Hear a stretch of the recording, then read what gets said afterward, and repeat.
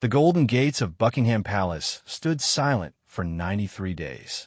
Behind those iron barriers, two of Britain's most beloved royals fought the greatest battle of their lives, not against political enemies or public scandals, but against an invisible enemy that strikes without warning and shows no respect for crowns or titles. When the palace gates finally opened again, the world held its breath. What emerged was not just the return of a king and a princess, but a story of courage, family bonds, and the kind of strength that can only be forged in the darkest of times. This is the untold story of how cancer brought the royal family to its knees, and how love, determination, and an unbreakable spirit lifted them back up again. Behind the carefully worded press statements and official photographs lies a human drama that touched millions of hearts across the globe. A reminder that even those who wear crowns are not immune to life's greatest challenges. The morning of January 17th, 2024, started like any other day at Kensington Palace. Catherine, the Princess of Wales, was reviewing her schedule for the upcoming week when she noticed something wasn't quite right. The persistent fatigue she had been experiencing wasn't going away, and there was an unusual discomfort that she couldn't ignore anymore. As a mother of 3 young children and one of the most active members of the royal family, Catherine had always prided herself on her energy and dedication to her duties. Prince William noticed the concern in his wife's eyes as she set down her morning tea. They had been married for over a decade, and he could read her expressions better than anyone. Catherine was not one to complain about feeling unwell, which made her quiet admission that she needed to see a doctor all the more worrying. Within hours, arrangements were made for a private consultation with the royal physicians. The initial examination revealed the need for further tests. Catherine tried to maintain her composure, but the uncertainty was overwhelming. She thought about George, Charlotte, and Louis, and how she would explain this to them if the news turned out to be serious. The palace staff was informed that the princess will be taking a brief break from her official engagements, though the full extent of the situation was kept confidential. Meanwhile, at Clarence House, King Charles III was dealing with his own health concerns. At 75 years old, he had always maintained an active lifestyle and a demanding schedule of royal duties. However, during a routine checkup related to an enlarged prostate, doctors discovered something that required immediate attention. The king, who had waited decades to ascend to the throne, found himself facing a challenge he had never anticipated. The diagnosis came on a cold February morning. Cancer. The word hung in the air like a dark cloud over the royal family. For Catherine, the news was devastating, but not entirely unexpected given her symptoms. For King Charles, it was a shock that shook him to his core. Both diagnoses came within weeks of each other, creating an unprecedented situation for the British monarchy. The palace machinery went into overdrive. How do you tell a nation that both the king and one of its most beloved princesses are battling cancer? The communications team worked around the clock to craft statements that would inform the public while maintaining the privacy and dignity that both patients deserved. The decision was made to be transparent about the diagnoses while keeping specific details about treatments and prognosis confidential. Queen Camilla became the steady force holding everything together. She watched her husband grapple with the fear and uncertainty that comes with a cancer diagnosis, while also worrying about Catherine, whom she had grown to love like a daughter. The queen consort had seen her own mother battle cancer years earlier, and she understood the emotional toll it takes on entire families. Prince William found himself in an impossible position. His wife was facing the fight of her life, his father was dealing with his own cancer battle, and he had 3 young children who needed stability and normalcy. The heir to the throne, who had always been prepared for the responsibilities of kingship, suddenly found himself navigating uncharted territory where royal protocol meant nothing compared to family love and support. The medical teams assembled for both patients were among the best in the world. Oncologists, surgeons, and specialists worked together to develop treatment plans that would give both Catherine and King Charles the best possible chance of recovery. The challenge was coordinating treatments while maintaining the security and privacy requirements that come with treating members of the royal family. Catherine's treatment plan was aggressive but hopeful. The medical team explained that while the journey ahead would be difficult, her age and overall health were in her favor. She listened to every detail, asking thoughtful questions about how the treatment might affect her ability to be present for her children. Her main concern was not about herself, but about how to shield George, Charlotte, and Louis from the fear and uncertainty while still being honest with them about what was happening. King Charles approached his diagnosis with the same methodical attention to detail that he had applied to everything else in his life. He wanted to understand every aspect of his condition and treatment. However, behind his composed exterior, the king was grappling with fears about his mortality and what his illness might mean for the stability of the monarchy he had only recently inherited. The first treatment sessions were emotionally and physically challenging for both patients. Catherine experienced the fatigue and discomfort that comes with cancer treatment, while also dealing with the emotional weight of keeping her illness private from the public. King Charles faced similar challenges, with the added pressure of knowing that his health was a matter of constitutional importance. Family dynamics shifted in ways no one had anticipated. Prince William took on more responsibilities, both as a father and as a senior royal. Princess Anne increased her already heavy schedule of royal duties, stepping in to cover engagements that had been planned for her brother and sister-in-law. The Duke and Duchess of Edinburgh also expanded their roles, understanding that the family needed to present a united front during this challenging time. The children were told about their mother's illness in age-appropriate ways. George, as the eldest, understood more about the seriousness of the situation, while Charlotte and Louis were given simpler explanations that focused on the fact that their mother would get better but needed time to rest and receive medicine. The family's determination to maintain as much normalcy as possible meant that school routines, playtime, and family traditions continued as much as possible.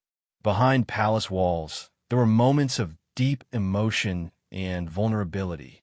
Catherine had days when the weight of everything felt overwhelming, and William would find her quietly crying as she worried about the future. King Charles experienced similar moments of doubt and fear, particularly during the nights when sleep was elusive and the reality of his diagnosis felt most acute. The royal physicians worked tirelessly to coordinate care while managing the unique challenges of treating high-profile patients. Security arrangements for medical appointments were complex, involving coordination between royal protection officers, hospital security, and medical staff. Every effort was made to ensure that both Catherine and King Charles could receive treatment with dignity and privacy. As the weeks passed, both patients began to show positive responses to their treatments. Catherine's medical team was cautiously optimistic about her progress, noting that she was tolerating treatment well and showing signs of improvement.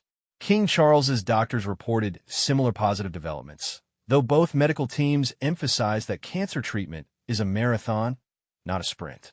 The absence of both Catherine and King Charles from public life did not go unnoticed by the media and the public. Speculation was rampant, with various theories circulating about their health and whereabouts. The palace communications team worked carefully to provide updates that satisfied public interest while protecting the privacy of the patients and their families. During this first phase of their treatment journey, both Catherine and King Charles discovered reserves of strength they didn't know they possessed. Catherine found comfort in her faith and in the knowledge that millions of people around the world were sending their love and support. King Charles drew strength from his deep connection to the natural world and from the knowledge that his life's work in environmental conservation would continue regardless of his personal challenges. The first month of treatment established patterns and routines that would carry both patients through the most difficult phases of their recovery. Medical appointments, family time, and quiet moments of reflection became the new normal. Both Catherine and King Charles learned to find joy in small moments and to appreciate the love and support of their family and closest friends in ways they had never experienced before. The second month of treatment brought new challenges and unexpected moments of grace for both Catherine and King Charles. As their bodies adjusted to the intensive medical protocols, they each found different ways to cope with the physical and emotional demands of their cancer journey. The initial shock had worn off, replaced by a determined focus on recovery and the gradual acceptance of a new temporary reality. Catherine discovered that maintaining some semblance of routine was crucial for her mental health. She established morning walks in the private gardens of Kensington Palace, often accompanied by Prince William or one of her protection officers. These quiet moments in nature became sacred to her, offering a peaceful start to days that were often dominated by medical appointments and the side effects of treatment. The changing seasons seemed to mirror her own journey, from the barren uncertainty of winter toward the hopeful promise of spring. Her relationship with her children evolved during this time in ways that surprised everyone. Rather than trying to hide her illness completely, Catherine found age-appropriate ways to include them in her recovery process. Charlotte became her mother's unofficial assistant, bringing her water and helping choose comfortable clothes for medical appointments. George took on a protective role that was both touching and concerning to his parents, while little Louis provided endless entertainment with his innocent questions and boundless energy. The medical team treating Catherine was impressed by her positive attitude and compliance with treatment protocols. Dr. Sarah Henderson, her lead oncologist, noted that Catherine's approach to her illness was both practical and inspiring. She asked detailed questions about her treatment, researched her condition thoroughly, and maintained a strict schedule of rest, nutrition, and gentle exercise. Her famous work ethic, which had made her such an effective royal, now served her well as a patient. King Charles faced different but equally challenging aspects of his treatment journey. His decades of experience in public life had taught him to compartmentalize emotions, but cancer demanded a level of vulnerability that was foreign to him. The king found solace in his correspondence, writing dozens of letters to friends, family members, and organizations close to his heart. These letters became a way for him to process his feelings and maintain connections to the causes that had defined his life's work. The relationship between father and daughter-in-law deepened during their shared experience. Catherine and King Charles began having weekly phone calls, sometimes discussing their treatments, but more often talking about books, art, and their shared love of history. These conversations provided both of them with intellectual stimulation and emotional support that complemented their medical care. King Charles was particularly moved by Catherine's curiosity about royal history and her thoughtful questions about the responsibilities they would share in the future. Queen Camilla emerged as the unsung hero of this difficult period. She coordinated care between the two households, ensured that both patients had everything they needed, and served as a bridge between the medical teams and the family. Her own experience watching loved ones battle illness had prepared her for the emotional roller coaster of cancer treatment. She organized quiet dinners when both patients felt well enough, created a schedule of visits from close friends, and made sure that laughter and joy remained part of their daily lives. Prince William struggled with his own emotional journey during this time. Watching his wife battle cancer while his father dealt with the same disease created a unique form of stress that he had never experienced. He found himself questioning everything from his priorities to his faith. The Duke of Cambridge began working with a counselor, recognizing that his own mental health was crucial to his ability to support his family. This decision to seek professional help was groundbreaking for a senior royal and reflected the family's growing awareness of mental health issues. The middle phase of treatment brought both setbacks and breakthroughs. Catherine experienced a particularly difficult week when side effects from her chemotherapy left her exhausted and emotionally fragile. During this low point, she received an unexpected package, a collection of drawings from school children across the Commonwealth, organized by palace staff who wanted to lift her spirits. The innocent artwork and heartfelt messages moved her to tears and reminded her of the broader impact of her recovery on people she had never met. King Charles faced his own challenging period when complications from his treatment required a brief hospitalization. The king, who had always prided himself on his independence, found it difficult to accept the level of care and monitoring that his condition required. During his hospital stay, he was visited by religious leaders from various faiths, reflecting his role as defender of the faith and his personal spiritual journey during illness. These conversations helped him find peace with his situation and renewed his sense of purpose. The palace staff played a crucial role during this middle period of treatment. Private secretaries, protection officers, housekeeping staff, and gardeners all adapted their roles to support the recovering royals.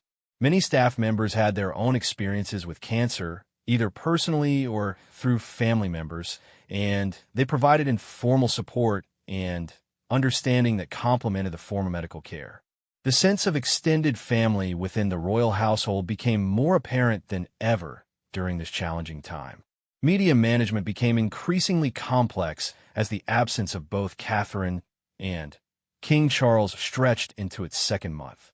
The palace communications team worked carefully to balance public interest with patient privacy. Regular but brief updates were provided, always emphasizing the positive aspects of their recovery, while respecting medical confidentiality. The team also had to manage international media interest, as news outlets around the world followed the story closely. Both patients began to think about their eventual return to public life during this middle phase of treatment. Catherine started reviewing her upcoming engagements with her private secretary, making careful decisions about which commitments could be resumed and which would need to be postponed or delegated. King Charles worked with his team to identify the most important constitutional duties that would require his immediate attention upon his return. The support from the extended royal family was overwhelming during this period. Princess Anne increased her already busy schedule to cover additional engagements, while the Duke and Duchess of Edinburgh took on extra responsibilities. Prince Edward, in particular, stepped up to represent the king at several important events, demonstrating the strength of the royal family support system. Even the Duke and Duchess of Sussex reached out privately to express their support, showing that family bonds remained strong despite public difficulties. Physical therapy and rehabilitation became important components of both patients' routines during this phase. Catherine worked with specialists to maintain her strength and mobility, while King Charles focused on exercises designed to support his recovery and prevent complications. Both found these sessions challenging but encouraging as they represented concrete steps toward full recovery. The psychological aspects of cancer treatment became more apparent during the second month. Both Catherine and King Charles experienced the emotional ups and downs that are common among cancer patients, days of optimism followed by periods of doubt and fear. They each developed different coping strategies, with Catherine relying heavily on her faith and family connections, while King Charles found comfort in his long-standing practices of meditation and connection with nature. Nutrition became a focus for both households during this period. Palace chefs worked with medical nutritionists to develop meal plans that would support recovery while still providing enjoyment and comfort. Catherine discovered new favorite dishes during this time, while King Charles renewed his appreciation for the organic produce from his own gardens at Highgrove. These dietary changes became part of a broader lifestyle adjustment that would continue long after active treatment ended. The second month of treatment also brought unexpected gifts of time and reflection. Both Catherine and King Charles found themselves with rare opportunities to read, think, and simply be present with their families. Catherine rediscovered her love of painting, while King Charles spent hours in his gardens, finding peace and perspective in the natural cycles of growth and renewal. These quiet pursuits became integral to their healing process and provided balance to the intensity of medical treatment. The third and final month of intensive treatment marked a turning point that no one in the royal family would ever forget. As spring emerged across the United Kingdom, both Catherine and King Charles began to see clear signs that their battles against cancer were moving toward victory. The medical teams treating both patients reported encouraging progress, and for the first time in months, conversations began to shift from day-to-day survival to long-term planning and recovery. Catherine's transformation during this final phase was remarkable to witness. The woman who had entered treatment uncertain and afraid emerged with a new understanding of her own strength and resilience. Her medical team noted that she had responded exceptionally well to treatment, with scans showing significant improvement and blood work returning to normal ranges. Dr. Henderson described Catherine's recovery as textbook perfect, but those closest to the princess knew that her success came from much more than medical intervention. The princess had discovered reserves of inner strength that surprised even her. During her lowest moments in treatment, she had questioned whether she would have the energy to be the mother and royal that her family and country needed. Now, as her strength returned, Catherine felt more confident and purposeful than ever before. She began to envision how her experience with cancer could become a force for positive change in her royal work, particularly in supporting other cancer patients and their families. King Charles experienced his own profound transformation during this final month of treatment. The man who had spent decades waiting to become king had learned to live completely in the present moment. His relationship with time changed fundamentally. Instead of constantly planning years ahead, he found joy in daily moments with Queen Camilla, in letters from old friends, and in the simple pleasure of walking through his beloved gardens at Highgrove. The king's medical team was equally pleased with his progress.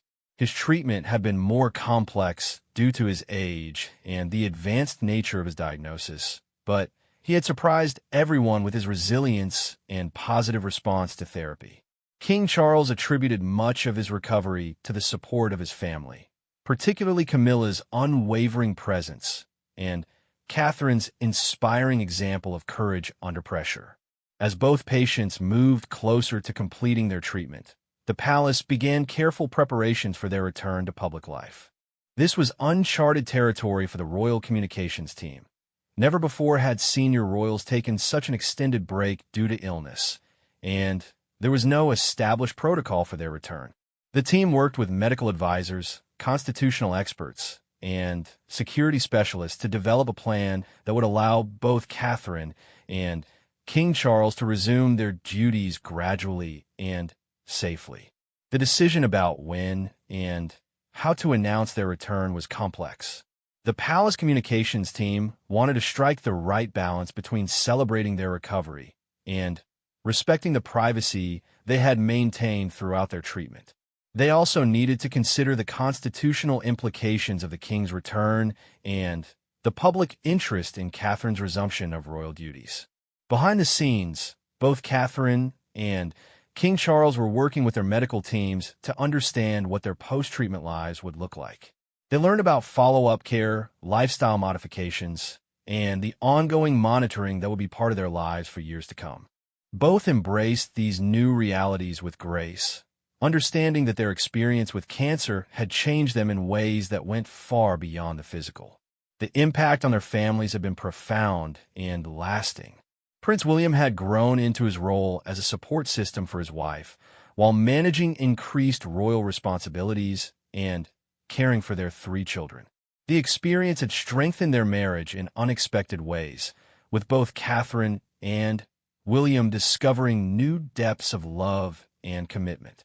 The children, too, had grown during this period, developing empathy and resilience that would serve them well throughout their lives. George, Charlotte, and Louis had each processed their mother's illness in their own ways. George had become more serious and protective, taking on responsibilities that seemed advanced for his age. Charlotte had developed a special sensitivity to others who might be suffering, often asking her parents about helping people who were sick. Louis, still very young, had provided constant joy and distraction with his energy and innocence, reminding everyone in the family about the importance of laughter and play.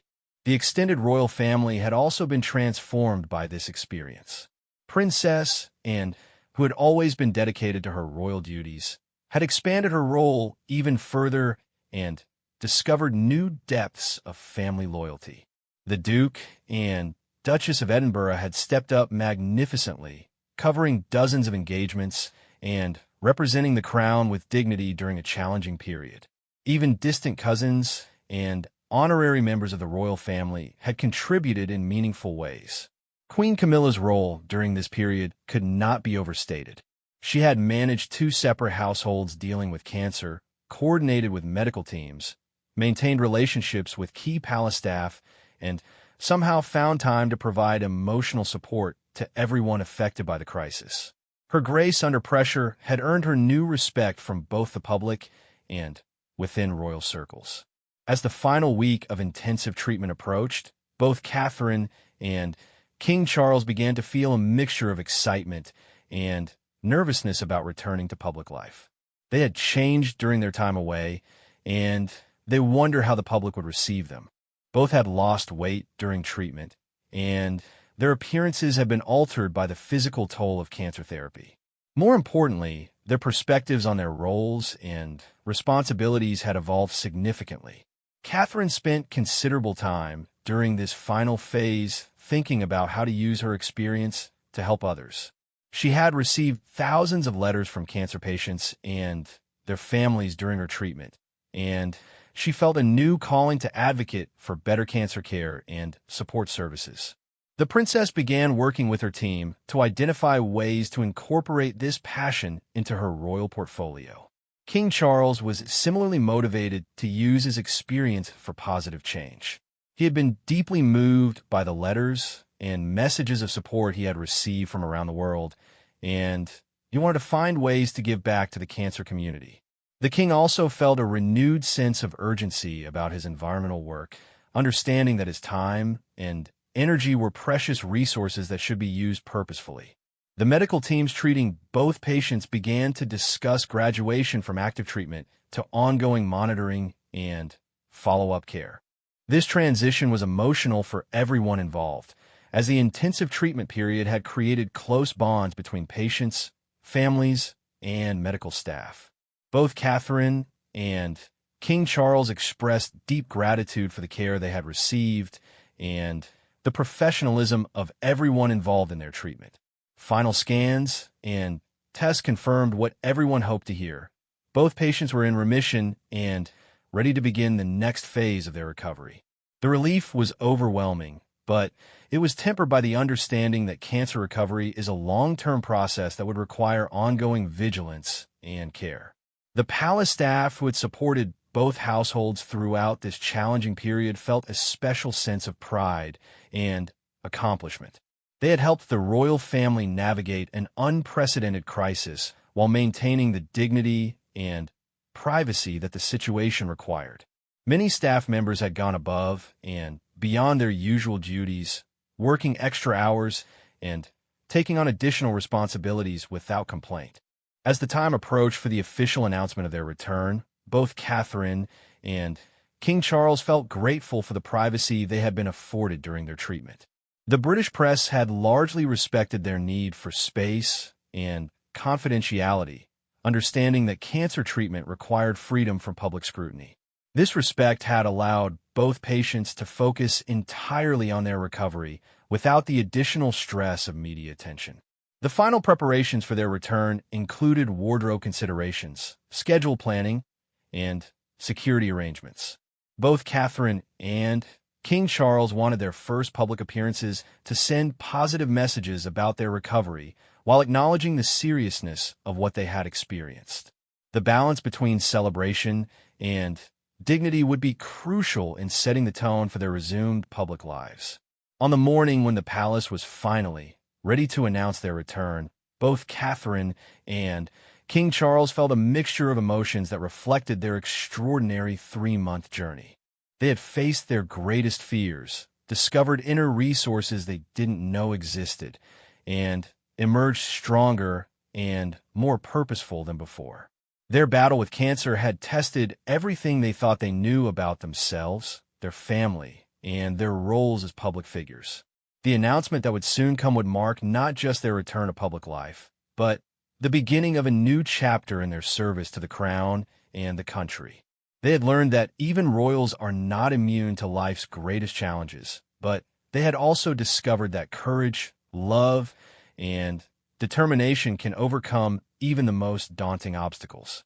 Their story of survival and recovery would inspire countless others facing similar battles, proving that hope and healing are possible even in the darkest of times.